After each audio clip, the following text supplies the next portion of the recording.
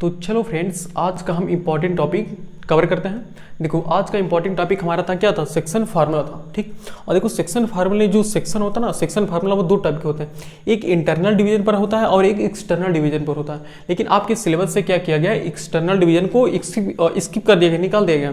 तो अगर कमेंट मतलब अगर एक्सटर्नल डिवीजन भी पढ़ना होगा तो कमेंट करके बताना, तो हम क्या करेंगे, आज इंटरनल डिवीजन ही पढ़ेंगे और उसी पर बेस क्या होगा, क्वेश्चन को सॉल्व करेंगे।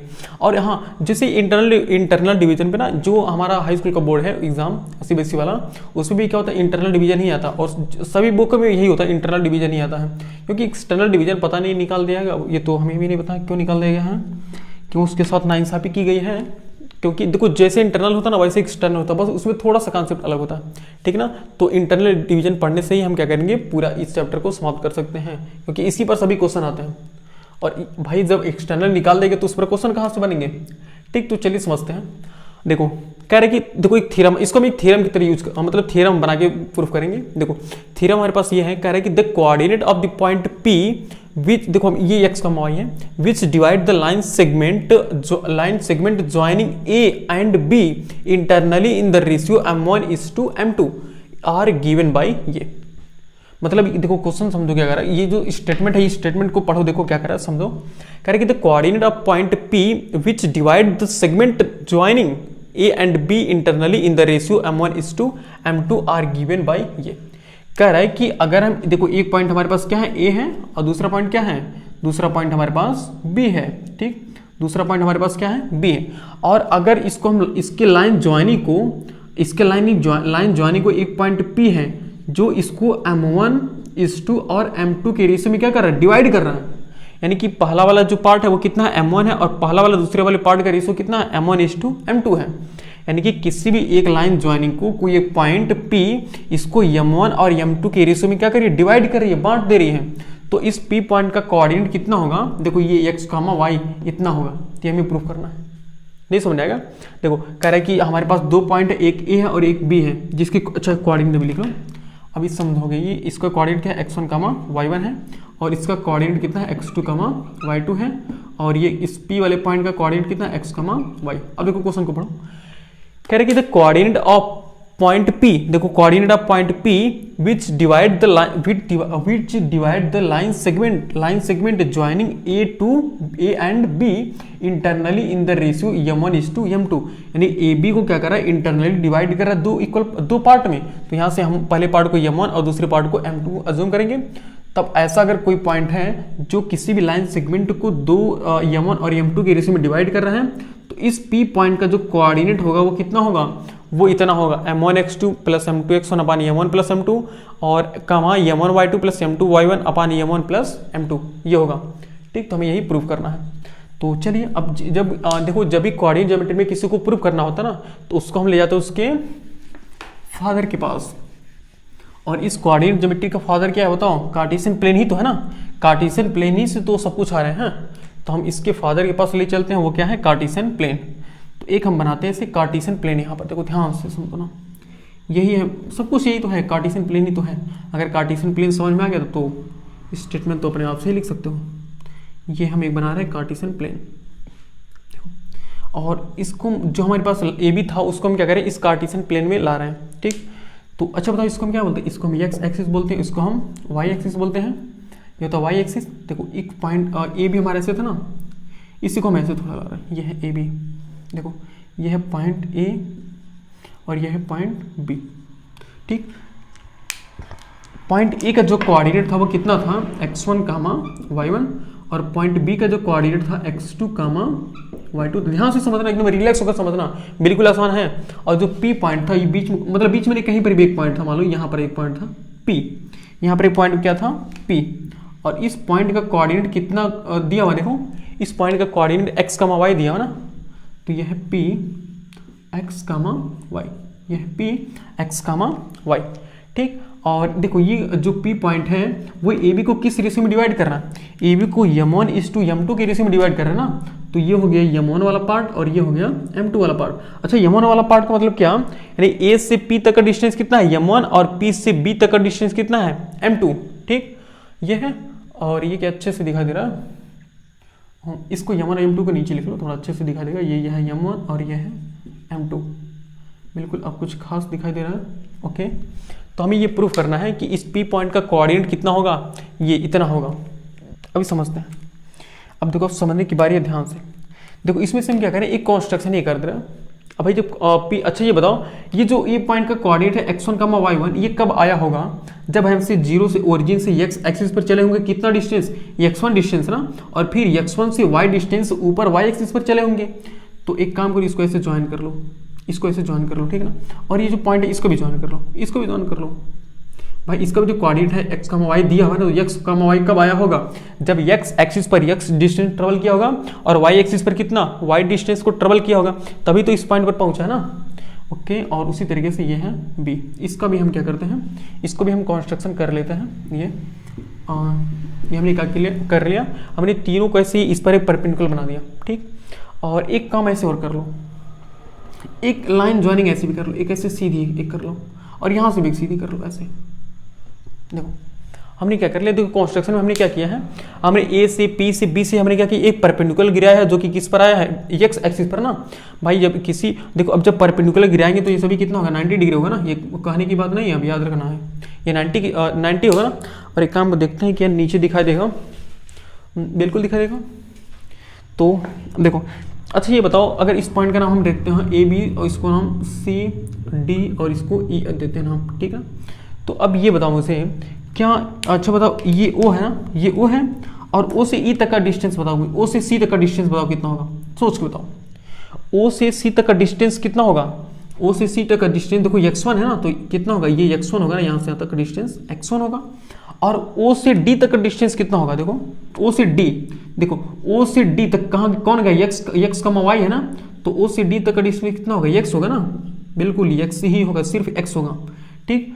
और अब ये बताओ ओ से ई तक का डिस्टेंस कितना होगा, ओ से ई तक का डिस्टेंस। देखो ये भी दिखा कि नहीं, ये तो प्रॉब्लम हो रही है मेरे साथ।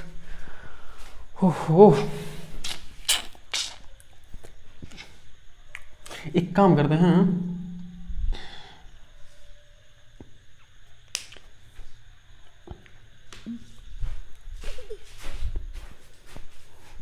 एक सेकेंड रुक जाओ यारो, चलो मेरे काम निकल जाएगा अब यहाँ से कुछ। देखो अब यहाँ क्या करते हैं, देखो ओ से ई तक का डिस्टेंस कितना होगा, देखो ओ से ई कहाँ कब कौन सा पॉइंट ओ से ई तक आया होगा, यही x2, y2 ना। तो यहाँ से यहाँ तक डिस्टेंस कितना होगा, ये होगा x2, ये होगा x2 होगा ना, बिल्कुल। देखो यही तीन पॉइंट समझना इंपॉर्टेंट था। यहाँ से ओ से सी तक का डिस्टेंस क्या होगा, x1 होगा, ओ से डी तक का डिस्टेंस क्या होगा, x होगा, और ओ से ई तक का कितना होगा, x2 होगा ना। और सिमिलरली एकदम सेम वही काम इधर करो।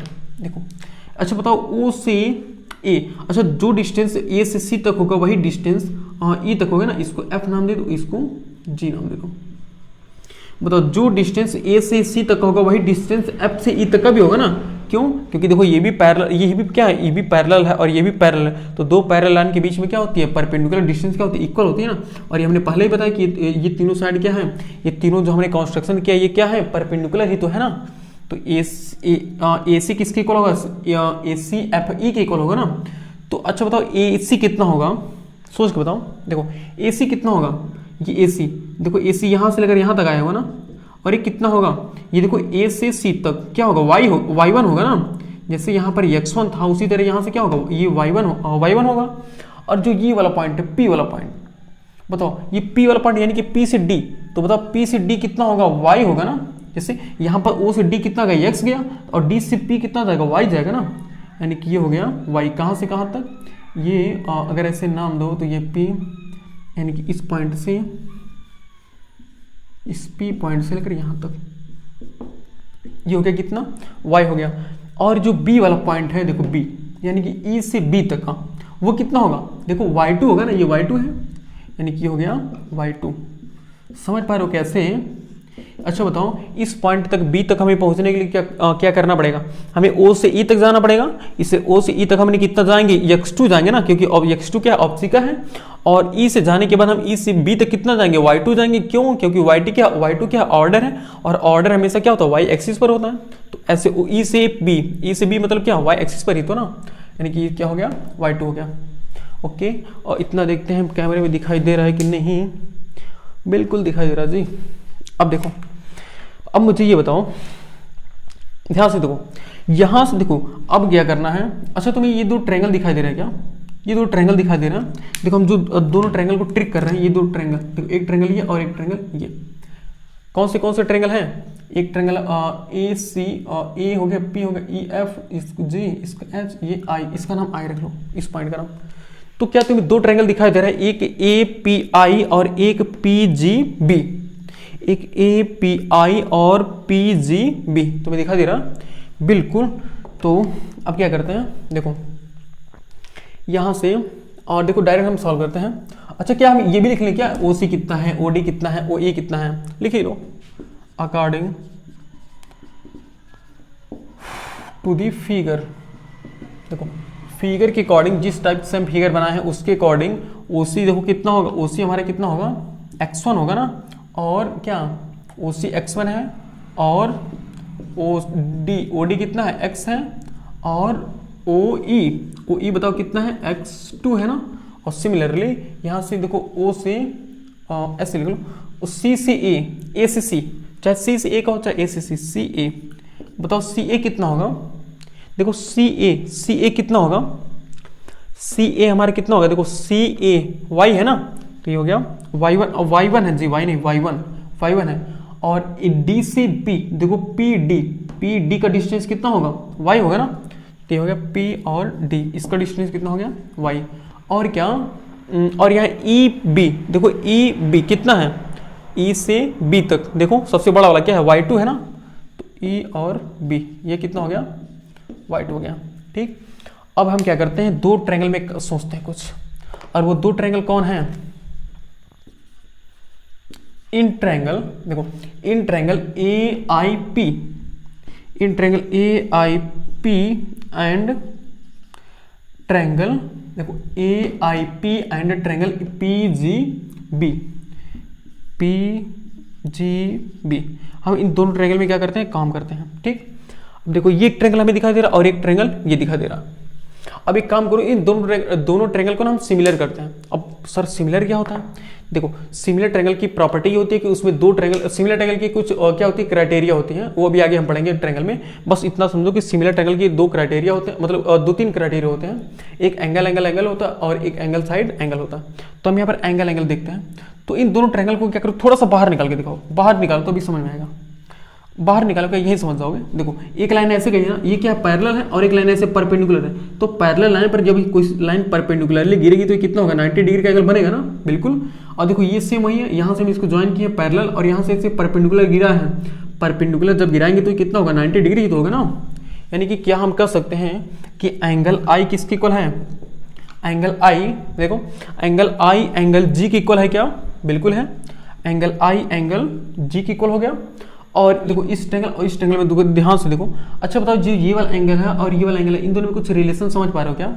देखो अब क्या करो, यहाँ से जो P और G वाली लाइन है ना, और ये A F वाली लाइन है, इसको तो बनाओ जरा, एक मिनट के लिए इसको बनाओ। देखो ऐसे P G, यह P और ये G वाली लाइन है, और इसके बाद A और F वाली लाइन बनाओ। तो A और F वाली, A और F वाली लाइन, यह A और यह F। ठीक, तो P से देखो ऐसे P से एक लाइन ऐसे आई ना, P वाला छोटा है थोड़ा सा, ये है P वाली लाइन। ठीक, देखो P से एक लाइन ऐसे आई है ना, B P A ऐसे आई है ना, देखो ए ऐसे आई है कि नहीं, बिल्कुल ऐसे आई है ना। यह है B, देखो B P A, ये है ना।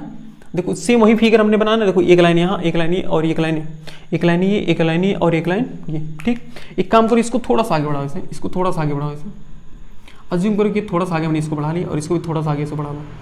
ठीक है ना, हमने इसको थोड़ा थोड़ा आगे बढ़ा लिया। अब देखो अच्छा ये बताओ, ये दोनों पैरेलल हैं क्या। देखो AF और PG क्या पैरेलल लाइन है, सोचो। देखो ये क्या, ये भी परपेंडिकुलर है ना, जब ये परपेंडिकुलर और ये परपेंडिकुलर है तो हम जानते हैं कि एक ही लाइन पर दो परपेंडिकुलर आपस में क्या होती है, पैरेलल होती हैं। तो ये वाली लाइन और ये वाली लाइन दोनों क्या होंगी, पैरेलल होंगी ना।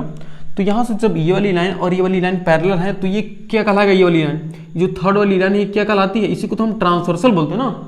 जब दो पैरेलल लाइन को कोई थर्ड लाइन कट करती है, एक ही साथ कट करती है, तो हम इस लाइन को ट्रांसवर्सल बोलते हैं ना। और जब दो पैरेलल लाइन और ट्रांसवर्सल आ जाए, तो हम 9th में पढ़े थे लाइन्स और एंगल में, तो ये वाला एंगल और ये वाला एंगल कौन सा एंगल कहलाएंगे, ये हमारा करस्पॉन्डिंग एंगल कहलाएंगे ना। और हम जानते हैं कि करस्पॉन्डिंग एंगल की प्रॉपर्टी होती है कि वे आपस में क्या होते हैं, इक्वल होते हैं। समझ गए। अच्छा बताओ ये कौन सा एंगल होगा यार, ये वाला एंगल सोचो, ये वाला एंगल यही वाला तो एंगल होगा ना, बिल्कुल। और ये वाला एंगल कौन सा एंगल होगा, देखो ये वाला एंगल, यही नीचे वाला एंगल ही तो होगा ना। देखो इन दोनों एंगल को रिलेट करो, इस फिगर को इसी फिगर से रिलेट करो तभी समझ पाओगे। तो ये वाला एंगल इस वाला एंगल के इक्वल होगा ना, यानी कि क्या हम एंगल 1A को एंगल P के इक्वल लिख सकते हैं, एंगल A को हम एंगल P के इक्वल लिख सकते हैं, कैसे, करस्पॉन्डिंग एंगल की वजह से, करस्पॉन्डिंग एंगल। अब इसको मिटा लो, ये हो गया करस्पॉन्डिंग एंगल। समझ गए ना कि कैसे हमने करस्पॉन्डिंग एंगल निकाला है। तो देखो इसी एंगल को प्रूफ करने के लिए, इसी एंगल को इक्वल करने के लिए हमें इतना बड़ा तामझाम करना पड़ा। अब देखो एक ट्रायंगल में तुम्हें दो एंगल इक्वल मिल गए ना, यहाँ पर तो पहली बात ये वाला एंगल इस वाला एंगल के इक्वल हो गया था, और ये वाला एंगल इस वाले एंगल के इक्वल हो गया। तो देखो सिमिलरिटी ऑफ क्राइटेरिया कहती है कि किसी भी ट्रायंगल में अगर दो करस्पॉन्डिंग एंगल इक्वल आ रहे हैं, किसी भी दो ट्रायंगल में अगर उनके करस्पॉन्डिंग, अच्छा बताओ करस्पॉन्डिंग का मतलब क्या होता है, उसकी जगह पर जो होता है, करस्पॉन्डिंग एंगल अगर इक्वल आ रहे हैं तो हम उन वे दोनों ट्रायंगल कौन सी ट्रायंगल होती हैं, वो दोनों ट्रायंगल सिमिलर ट्रायंगल होती हैं। सिमिलर मतलब समान रूप की, ठीक ना। सच सो बाई, ऐसे लिख लो, by angle similarity, angle similarity, by angle similarity, यानी कि एंगल सिमिलरिटी की क्राइटेरिया ये कहती है कि जब किसी भी ट्रायंगल में दो एंगल इक्वल हैं तो वो दोनों ट्रायंगल क्या होती है, सिमिलर होती हैं। सो ऐसे लिखो, सो और ट्रायंगल, ये पहला वाला ट्रायंगल क्या है, देखो AIP है ना, AIP सिमिलर होगा ट्रायंगल किसके, PGB के। देखो ये जो हमारा सांप सा बना हुआ ना, टेढ़ा सा, इसी को हम सिमिलर का साइन बोलते हैं। क्या है, सिमिलर का साइन है। क्या है, सिमिलर का साइन है, इसे ही हम सिमिलर का साइन बोलते हैं। तो हमने प्रूफ कर दिया ना कि ये दोनों ट्रायंगल क्या हैं, ये दोनों ट्रायंगल सिमिलर है ना। तो सर हमें ये प्रूफ कर, हमें P पॉइंट का कोऑर्डिनेट फाइंड करना, तो ये सब क्या हम फालतू चीज प्रूफ कर रहे हैं। अभी देखो क्या है, ये फालतू नहीं, ये इंपॉर्टेंट है। तो एक काम करो ना, इसको नोट कर लो, मैं चेक कर लो, हाँ सही है वीडियो। तो एक काम करो, इसको नोट कर लो, उसके बाद तो जगह तो है नहीं, हम क्या करते हैं, ये पूरा मिटा देते हैं, ठीक है ना। हमें देखो हमें यही तो प्रूफ करना है कि x, y m1 x2 plus m2 x1 अपन m1 प्लस m2, यही तो होता ना। और वो m1 y2 plus m2 y1 अपन m1 प्लस m2, वो प्रूफ करना है। तो एक काम करो, इसको नोट कर लो, फिर इसको मिटाते हैं, ठीक। ऐसे फिगर बना लो, उसके बगल में ये लिख लो, उसके नीचे, मतलब फिगर राइट में बना लो, फिर ऐसे लेफ्ट में ये लिख लो, उसके बाद इसको मिटाते हैं और आगे लिखते हैं। फिर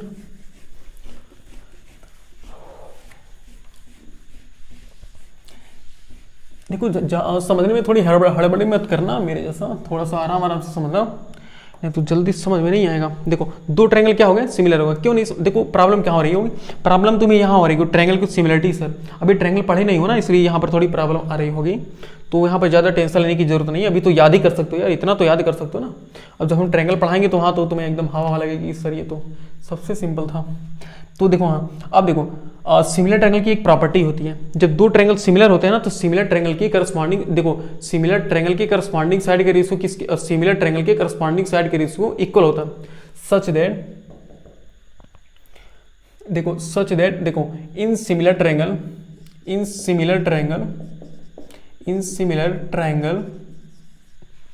द रेशियो ऑफ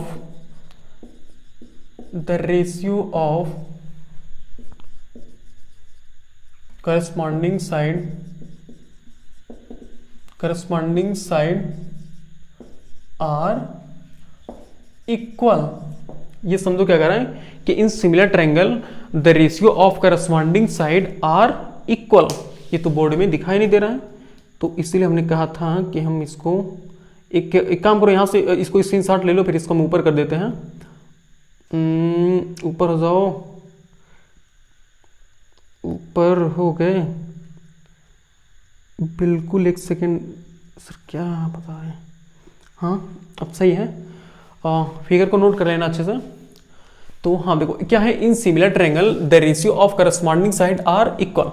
देखो हम जानते हैं, और ये सिमिलर ट्रायंगल की क्राइटेरिया होती है, उसके रूल होते हैं, प्रॉपर्टी होती है सिमिलर ट्रायंगल की। अगर दो सिमिलर ट्रायंगल है तो उनके करस्पॉन्डिंग साइड का रेशियो क्या होता है, इक्वल होता है। अब करस्पॉन्डिंग साइड का मतलब क्या होता है, देखो जैसे ये ट्रायंगल एक है ना, और एक ट्रायंगल ये है, देखो वही दोनों ट्रायंगल है ना, एक 90, ये भी 90 है, ये 90 है, नाम रख लो।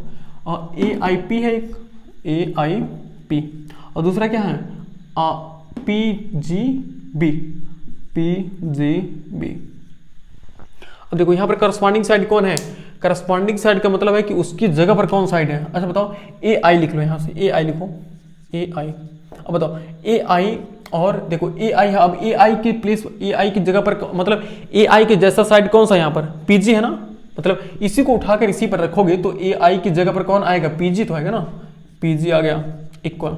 और देखो A P, A P, A P अपान, देखो ए पी की प्लेस पर क्या है, पी बी है ना, तो A P upon P B equal. और यहाँ से P I, I P, I P मतलब आई पी किस आई पी का करस्पॉन्डिंग साइड क्या होगा, जी बी होगा ना, I P upon G B, ये हो गया। इसी को हम बोलते हैं करस्पॉन्डिंग साइड। तो देखो सिमिलरिटी ऑफ ट्रायंगल क्या होती है कि इन similar triangle the ratio of corresponding side और the ratio of corresponding side are equal. तो हमने करस्पॉन्डिंग साइड के रेशियो को हमने इक्वल कर दिया है। अब यहाँ से सबकी वैल्यू हमें पुट करना पड़ेगा, ठीक है ना। अब देखो यहाँ से फिर एक चैलेंजिंग की बात आती है, ओके। और अब यहाँ पर फिर एक बार मुझे नीचे देखना ही पड़ेगा, दिखेगा बिल्कुल दिखेगा। देखो अच्छा एक बात बताओ, यहाँ से देखो सबकी वैल्यू लिखो, देखो सबकी वैल्यू मिल रही है क्या, यहाँ से पहली बात तो हमें ए आई चाहिए ना, तो ए आई देखो कहाँ पर है, ए आई यहाँ पर है ना, हमें इसकी वैल्यू चाहिए। अच्छा ये बताओ यहाँ से यहाँ तक, देखो यहाँ से यहाँ तक ओ से डी तक कितना है, x है ना, और ओ से सी तक कितना है, x1 है, तो सी से डी तक कितना होगा, x माइनस x1 होगा, क्या बोलो, C से D तक x माइनस x1 होगा। हम अगर इस पूरे x में से इस x1 को माइनस करेंगे तो हमारा C माइनस सी डी तो बचेगा ना, x माइनस x1 ही तो बचेगा। अब ये बताओ जो लेंथ CD की होगी वही लेंथ AI की भी होगी ना, क्यों, क्योंकि दोनों लाइन क्या है, पैरेलल हैं, तो वहां से x माइनस x1 करेंगे, ठीक, ये हो जाएगा x माइनस x1 अपान। अब बताओ PG क्या है, और PG खुद कहाँ पर है, PG, तो यह है P और G, देखो ये PG है ना। अब बताओ PG किसकी इक्वल है, PG यहाँ पर DE की इक्वल है ना, देखो DE की इक्वल है PG, देख लो PG किसकी इक्वल है, देखो PG DE की इक्वल है ना। अब DE हम कैसे निकालेंगे, देखो यहाँ से टोटल लेंथ x2 है और ये यहाँ से OD कितना है, x है, तो इतना कितना बचेगा, x2 माइनस x से ही तो बचेगा ना, कितना बचेगा, x2 minus x, x2 minus x इतना बचेगा इक्वल। अब आते हैं AP की बारी है, AP कहाँ पर है, AP और AP, हाँ देखो AP यहाँ पर है ना, ये देखो A और P यहाँ पर है ना। अच्छा बताओ AP को हमने कितना जूम किया था, M1 या जूम किया था ना, तो AP कितना है ये बताओ, AP हमारे पास है M1 अपान, और PB देखो PB कितना है, देखो PB है ना, और PB कितना दिया, PB तो M2 है, ये PB क्या है, M2 है, ये है M2 इक्वल IP देखो क्या पर है, IP।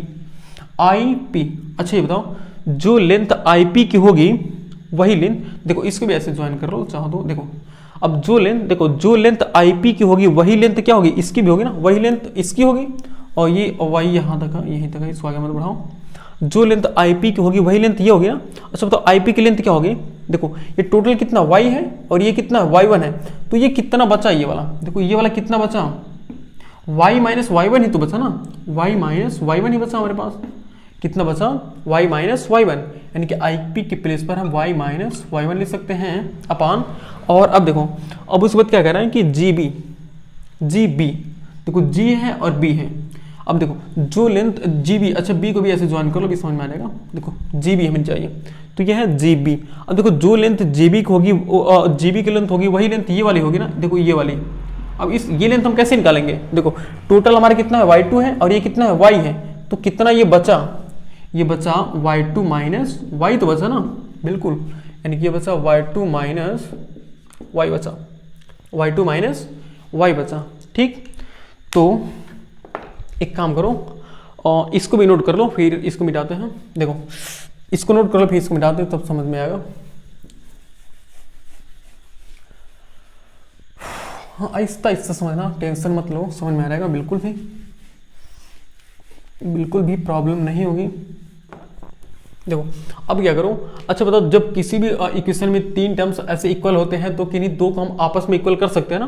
तो एक काम करते हैं, एक बार इन दोनों को आपस में इक्वल करते हैं, एक बार इन दोनों को आपस में इक्वल करते हैं।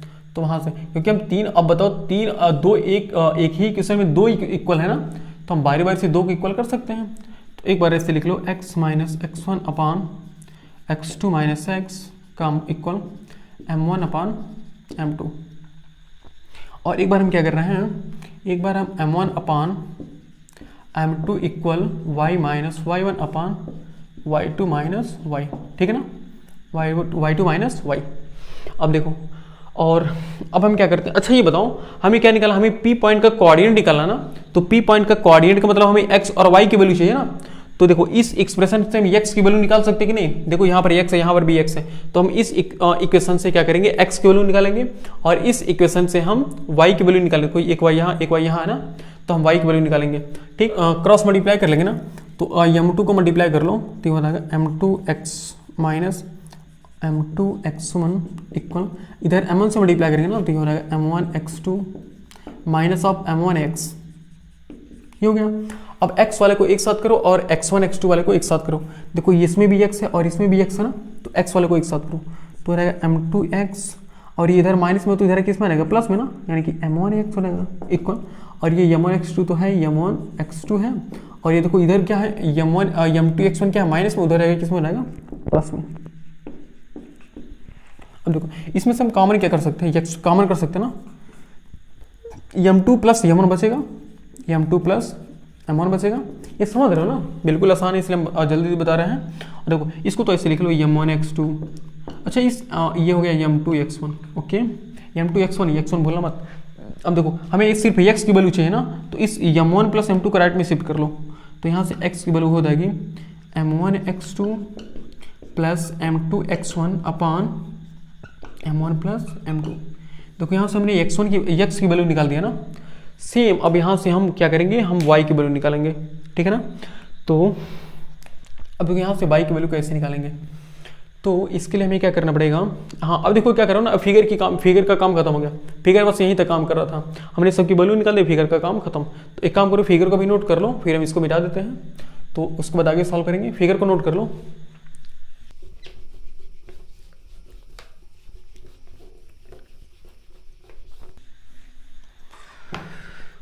इसको भी मल्टीप्लाई कर लो, तो m1 से मल्टीप्लाई करो तो ये हो जाएगा m1y2 minus m1y equal m2y minus m2y1।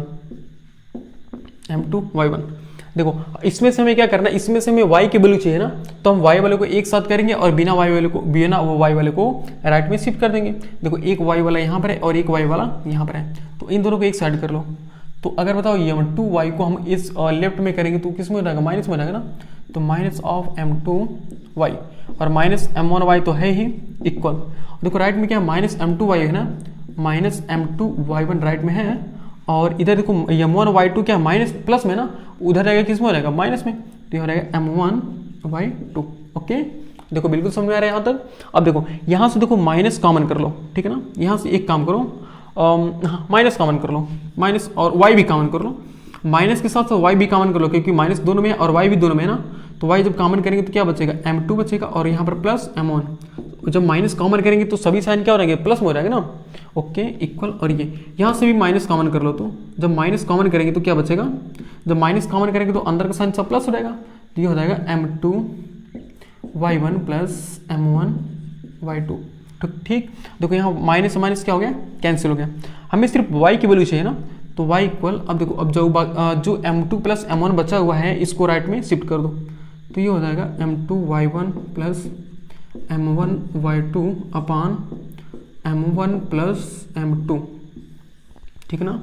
देखो यहाँ से x और y की वैल्यू निकल गई ना, ये x हमारे पास कितना है, m1x2 प्लस m2x1 अपान m1 प्लस m2, और y की वैल्यू कितनी आ गई है, m2y1 प्लस m1y2 प्लस अपान m1 प्लस m2।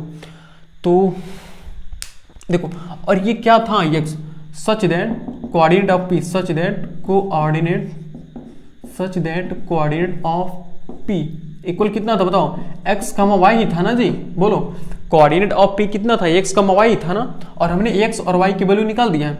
x की वैल्यू हमने कितना निकाला है, m1x2 प्लस m2x1 अपान m1 प्लस m2, यानी कि m2x1 plus m1x2 plus m1x2 है ना, हाँ m1x2 प्लस m2x1 अपान m1 प्लस m2, ओके, और कामा करो, ये y कितना है बताओ, y कितना हमने निकाला है, m2y1 प्लस हाँ m2y1 प्लस m1y2 ना, तो इसको क्या करो, एक m1 को पहले लिख लो क्योंकि यहाँ पर भी पहले m1 लिखा ना, तो m1y2 को पहले लिख लो, m1y2 प्लस, और m2y1 को बाद में लिख लो, m2y1 अपान m1 प्लस m2। देखो यहाँ से हमें यही तो प्रूव करना था, बताओ हमें कोऑर्डिनेट, देखो हमें कोऑर्डिनेट ऑफ p ही तो चाहिए था ना। देखो हमने कोऑर्डिनेट ऑफ p कितना निकाल दिया है, हमने कोऑर्डिनेट ऑफ p निकाल दिया ना, क्या था coordinate of p x, y था, तो हमने x, y की वैल्यू निकाल दिया, कितना है देखो m1x2 प्लस m2x1 अपान m1 प्लस m2 कामा m1y2 प्लस m2y1 अपान m1 प्लस m2, ठीक ना। तो ये हो गया कोऑर्डिनेट ऑफ p, यानी कि हो गया इंटरनल डिवीजन फार्मूला। इसे हमको इसे ही हम क्या बोलते हैं, सेक्शन फार्मूला बोलते हैं, ठीक है ना। तो एक काम करो, इस सब को नोट कर लो, फिर एक क्वेश्चन को सॉल्व करते हैं और आज के वीडियो को यहीं पर एंड करेंगे, ठीक है ना। तो इसको नोट कर लो, हम एक क्वेश्चन सॉल्व करते हैं, इसको नोट कर लो, एक क्वेश्चन सॉल्व करते हैं।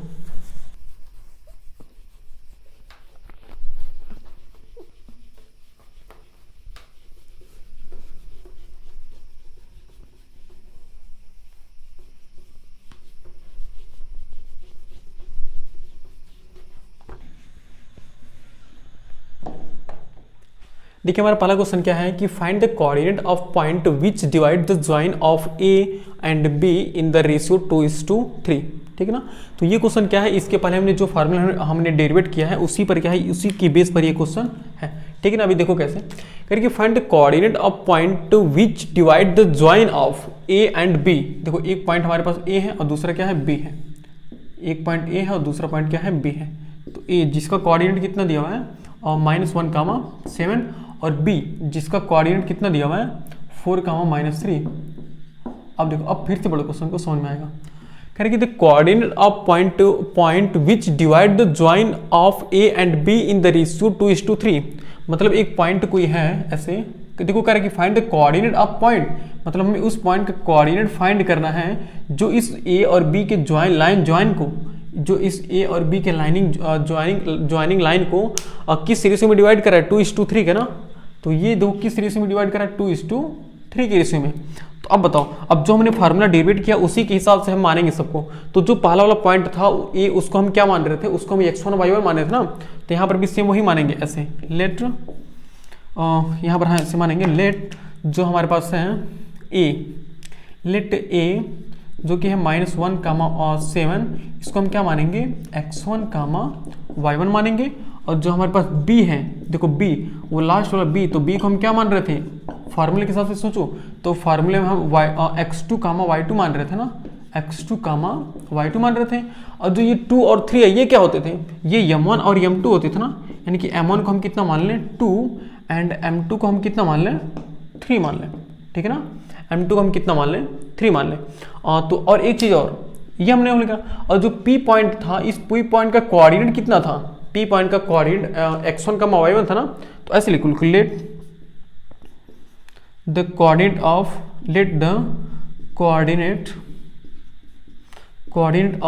p पॉइंट इक्वल, हम क्या मान ले रहे हैं, x, y। हम p पॉइंट के कोऑर्डिनेट को x, y मान ले रहे हैं ना। हम p के कोऑर्डिनेट को x, y मान ले रहे हैं। अब बताओ, यहाँ से हम x, y का फार्मूला क्या जानते हैं, बताओ। ऐसे लिखो, नहीं तो यहाँ पर ऐसे लिखो, such that internal division formula. बताओ इंटरनल डिवीजन फार्मूला क्या होता है, इंटरनल डिवीजन फार्मूला होता है x, y इक्वल होता है किसके, याद करो तो m1x2 प्लस m2x1 अपान m1 प्लस m2, ठीक है ना, कामा m1y2 प्लस m2y1 अपान m1 प्लस m2, ये होगा ना, ठीक। अब सिंपल सबकी वैल्यू पुट कर लो, हमारा आंसर निकल जाएगा, ठीक है ना।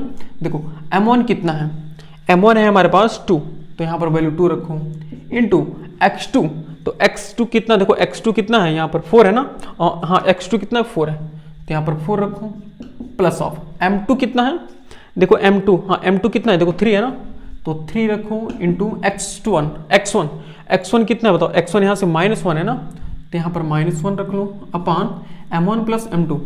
तो m1 प्लस m2 यानी कि 2 प्लस 3, बिल्कुल 2 प्लस 3 और कामा m1 फिर कितना, m1 हमारे पास 2 है ना, इंटू y2 कितना, देखो y2 हमारे पास कितना है -3, तो यहाँ पर रख लो y2 कितना है -3, ये हो गया -3 प्लस ऑफ m2, देखो m2 यहाँ से चेक करो तो कितना है 3 है ना, 3 इंटू और क्या है y1, देखो y1 कितना है यहाँ से, y1 है 7 के इक्वल ना, तो यहाँ पर हम इसको लिख लेते हैं 7 अपन क्या है m1 प्लस m2 है ना, यानी कि 2 प्लस 3, ठीक है ना। अब इसको सॉल्व कर लो तो ये हो जाएगा, देखो 2 4 जा 8 और देखो 3 1 जा क्या होगा -3 हो जाएगा ना, यानी कि 8 -3 अपान 2 3 क्या होगा 5 कामा, देखो ये 2 3 कितना होगा -6 हो जाएगा ना, और प्लस और 3 7 जा 21 अपान 2 3 5, ये हो गया। और एक बार और इसको सॉल्व कर लो तो ये हो जाएगा, देखो 8 -3 कितना हो गया 5 हो गया ना, 5 अपान 5 कामा 6 -21 -6 प्लस 21 तो कितना होगा 15 होगा ना, 15 अपान 5। और अगर इसको एग्जैक्ट निकालो तो कितना होगा, देखो 5 से 5 कैंसिल यानी कि 1 आएगा कामा, और 5 3 या 15 यानी कि 3 आ गया, ठीक ना।